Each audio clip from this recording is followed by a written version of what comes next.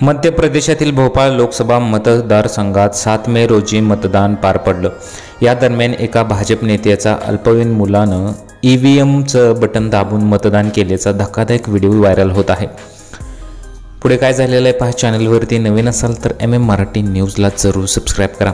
Social मीडियावर share होत असलेल्या व्हिडिओत एक व्यक्ती आपल्यासोबत आलेल्या एका छोट्या मुलाकडून ईव्हीएमचं बटन दाबत आहे। त्यानंतर VVPAT मशीनमध्ये कमळाच्या फुलाची चिठ्ठीही दिसून येत आहे। या व्हिडिओत दिसणारे व्यक्ती भाजप नेता तथा जिल्हा परिषद सदस्य विनय मेहर हे आहेत। त्यांच्यावर कारवाई होणार का असा सवाल काँग्रेसने हा व्हिडिओ समोर आणल्यानंतर केला।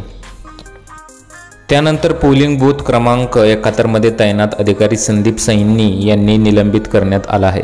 सोबतच व्हिडिओत दिसणारे भाजप नेता विनय मोहर यांच्यावर FIR दाखल नोंदवला आहे। याबाबत दैनिक भास्करला दिलेल्या मुलाखतीत मुलगा हट्ट करत होता म्हणून मतदान केंद्रापर्यंत घेऊन आलो, चुकून व्हिडिओ बनवला आणि सोशल मीडियावर पोस्ट केला असं ते म्हणाले आहेत।